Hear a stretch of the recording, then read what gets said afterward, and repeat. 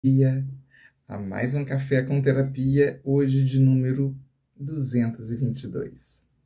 Hoje nós vamos tratar deste assunto que está relacionado com a rejeição, em que o título é Aceitamos o amor que imaginamos merecer.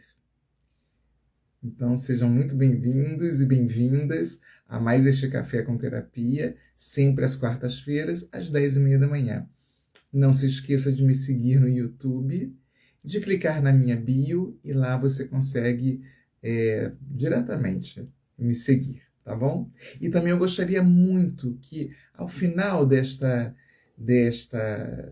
live, ou mesmo você que me assiste no YouTube, faz um comentário, sintetiza para você o que foi debater hoje sobre isso, ou mesmo que você não tenha participado de um debate, o que te fez refletir a respeito desse assunto. Se você achar que mais pessoas também precisariam ouvir sobre isso, manda um aviãozinho para ela. Bom dia, Maurício. Então vamos lá, agora eu coloquei uma mesinha aqui do lado, se a minha gatinha não vier roubar a minha água. Então, nós vamos tratar desse assunto, que é a gente ficar imaginando, né, que merece receber esse tipo de relacionamento. Então, eu coloquei lá na postagem de convite e vou ler aqui agora para todo mundo.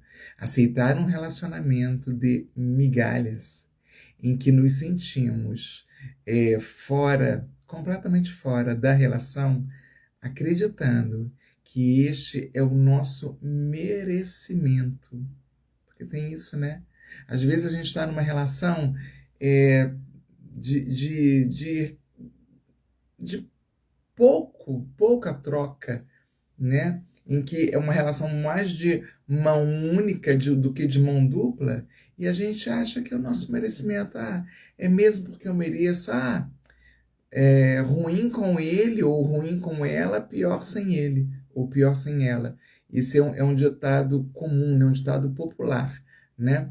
Então, eu coloquei também que esse tipo de sentimento, ele pode nos fazer sentir pessoas inseguras.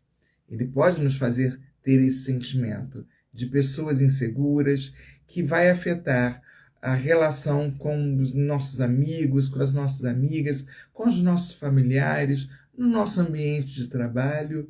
Por quê?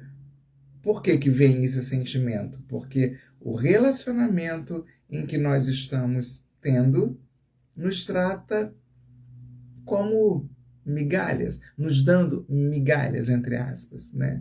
E esse é um sentimento que remete ao sentimento de rejeição. E ninguém gosta desse sentimento. E às vezes nós ficamos assim, aceitando desta maneira, aceitando, para não ficarmos sozinhas ou sozinhos. E quando nós conseguimos dizer um não para isso, um não para esse tipo de relacionamento, dá uma força interna, né? E essa força interna a gente busca lá no nosso papai e na nossa mamãe. Mesmo que você diga assim para mim, nossa, Carla, mas a minha mamãe não teve essa força, não. Então, olha para ela, mesmo que seja em exercício sistêmico, mas olha dentro dos olhos dela e diz, este foi o teu destino, ele não precisa ser o meu. Continuando aqui, aí eu faço uma pergunta, né? Por que então que aceitamos relacionamentos assim? Por que a gente vai aceitar? Realmente, será que realmente é só para não ficar sozinha ou sozinho? Quando nos sentimos bem, né, dentro de um relacionamento, né, que a gente está bem, que é via de mão dupla e que está tudo bacana entre as duas pessoas, isso eleva a nossa autoestima, né? A gente fica bem, ou mesmo quando a gente consegue dizer o não para este relacionamento, a gente se sente mais fortalecida, né? Ou fortalecido. E é muito, muito mais provável, quando a gente se sente assim, dentro de um relacionamento, é muito mais provável que nossas relações sejam melhores. Concorda? É quando a gente está numa relação em que nós não aceitamos as migalhinhas, isso quer dizer que a nossa autoestima está boa. Sim, está boa, sim. E é bem provável que a nossa relação com os familiares fique melhor. A relação com os amigos ou com as amigas no trabalho, para a vida, né? Para a vida. A gente se sente mais forte. Porque o nosso relacionamento afetivo também estamos conseguindo nos colocar no nosso lugar. De pessoa no casal. Da pessoa no casal. Não da pessoa do escanteio, mas a pessoa que pertence ao casal. Isso dá pano para manga, essa conversa, né? E eu coloquei mais aqui então, que o sentimento de rejeição, já fiz uma live sobre isso, também está no YouTube, e o sentimento de rejeição, ele é um dos piores sentimentos que o ser humano possa ter. É horrível a gente se sentir rejeitada ou rejeitado dentro de uma relação, né? É muito ruim. Amei os coraçõezinhos. Podem mandar mais. Podem convidar pessoas também. Se você acredita que esse assunto te remete a alguém, te lembra alguém, manda um aviãozinho para ela. Se você está no YouTube, compartilha. Então, esse sentimento de rejeição, ele é horrível. Então, se ele é ruim, eu coloquei aqui, né? Por que nós aceitamos estar neste lugar dentro da relação? Se é tão ruim o sentimento da rejeição, por que a gente aceita? Eu vou falar de novo, né? Ah, Carla, porque eu prefiro estar com alguém do que estar sozinha, ou do que estar sozinho. Aí, nesse momento, eu pego lá a frase do Bert Hellinger, ou o que as constelações familiares, a visão sistêmica sempre me ensina e que eu sempre falo com as minhas clientes e os meus clientes, e falo aqui no café também. Se tem alguma coisa vazia aqui dentro, se tem um vácuo aqui dentro, é porque nós ainda não conseguimos tomar o papai e a mamãe. À medida que a gente consegue aceitar um lado e o outro, porque os dois se encaixam, né? Nós somos 50% cada um. Se a partir do momento que a gente consegue juntar aqui, lembrei daquele desenho, quem é da minha geração, né, Rejane? Vai lembrar do Shazam, que eles colavam um anel assim e falavam Shazam! A gente brincava disso quando era criança. Gente, é a mesma coisa. Vai dar um Shazam dentro da gente porque estamos preenchidos de papai e de mamãe do jeito que eles são. Carla, eu nem conheci minha mãe, eu sou adotada. Mas ela existe? Ela existe. Biologicamente ela existe. E ela está aí dentro de você. Mesmo que você não a tenha conhecido, mesmo que ela tenha partido tão cedo, ou ele, né, o papai, mas eles existem aqui dentro. Continuando. Se você aceita uma relação de migalhas, se você aceita uma relação assim, eu tenho algumas perguntas para te fazer em relação à sua autoestima. Como é que você se enxerga?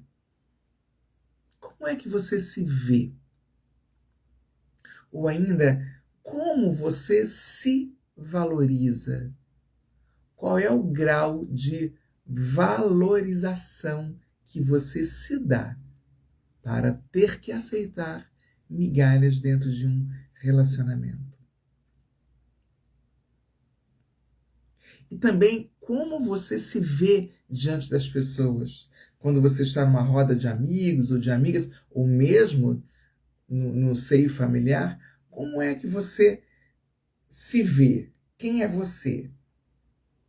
Isso tem a ver com a autoestima, né? Autoestima elevada ou autoestima baixa ou a baixa autoestima. Você sempre se sente diminuída ou diminuído em qualquer círculo de relacionamento que você está, seja ele o afetivo, seja ele o de trabalho ou da família. E quando você está no relacionamento afetivo, em que vocês têm um grupo de amigos, e aí você se sente sempre aquela pessoa que não pode dar uma opinião, senão o parceiro ou a parceira vai te estar recriminando. Pior é quando ele recrimina você na frente de todo mundo, né? Ou depois te chama e fala, mas por que você tinha que ter dito aquilo? Isso deixa a nossa autoestima lá no buraco, né? Lá no chão. Aí volta a pergunta, por que aceitamos este tipo de relacionamento? Por quê? No fundo, no fundo, no fundo, pessoas amadas, amoras e amores, no fundo, no fundo, no fundo, todas as pessoas que se atraem por pessoas com estas características têm, sabe o quê? Tem uma necessidade interna de salvar a sua mãe ou de salvar o seu pai. Isso é dentro de uma visão sistêmica. Existe inconscientemente em nós uma necessidade de salvar essa mãe que também passou por rejeição com o pai, ou salvar o pai que também passou por rejeição com a mãe. Então a criança, nós, na primeira infância especialmente na primeira infância, que é do 0 aos 7, nós, que ficamos com isso guardado no inconsciente, acreditamos que se eu seguir este mesmo padrão, se eu repetir este mesmo padrão, eu estarei me sentindo pertencente a esta família. Se eu mudar esse perfil, eu não vou estar ajudando a minha mãe. A minha criança não estará ajudando a minha mãe. A tua criança não estará ajudando a sua mãe ou o seu pai. Ou às vezes, porque a mamãe e o papai, os meus bonequinhos estão mais perto hoje, a mamãe e o papai, tanto um quanto o outro, eles trazem os seus emaranhados, né? Ele traz os emaranhados dele e ela traz os emaranhados dela. E nós, enquanto filhos ou filhas deste casal, a gente vai se alinhar a algum emaranhado aqui, ó, que esses dois trazem. Por isso que a gente costuma dizer, quando a gente fala em visão sistêmica, a gente costuma dizer que, olha, é melhor a gente olhar para os nossos emaranhados para que os nossos descendentes não tenham que repetir. Só que o nosso papai, a nossa mamãe, ao menos da minha geração, né? O nosso vovô e vovó não tinham nem conhecimento sobre essa visão sistêmica. E às vezes tinham, só que não ganhou esse nome. Mas normalmente não tinham. Então não sabiam lidar com relacionamentos assim. E se a gente for olhar para gerações mais anteriores, mais atrás, menos ainda. A mulher passou a receber um destaque maior ali por volta dos anos 30, se eu não estiver enganada. Por volta dos anos 30. Mas ainda nos anos 30, se vocês não sabem, a mulher, a esposa, e mesmo solteira então muito menos, não podia ir à janela. É antes dos anos 30. Não podia ir à janela. Porque se ela fosse à janela para olhar a rua, iam dizer que ela estava pensando em trair o marido. E se o marido soubesse que a sua esposa tinha ido à janela, ele a maltratava. Ele a castigava. Então nós viemos de gerações que sofreram esse tipo de coisas.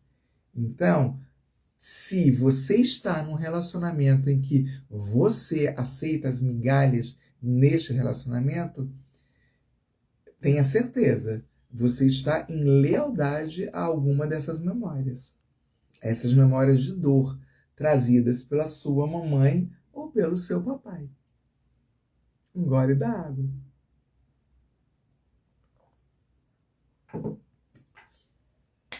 Virando aqui a página agora.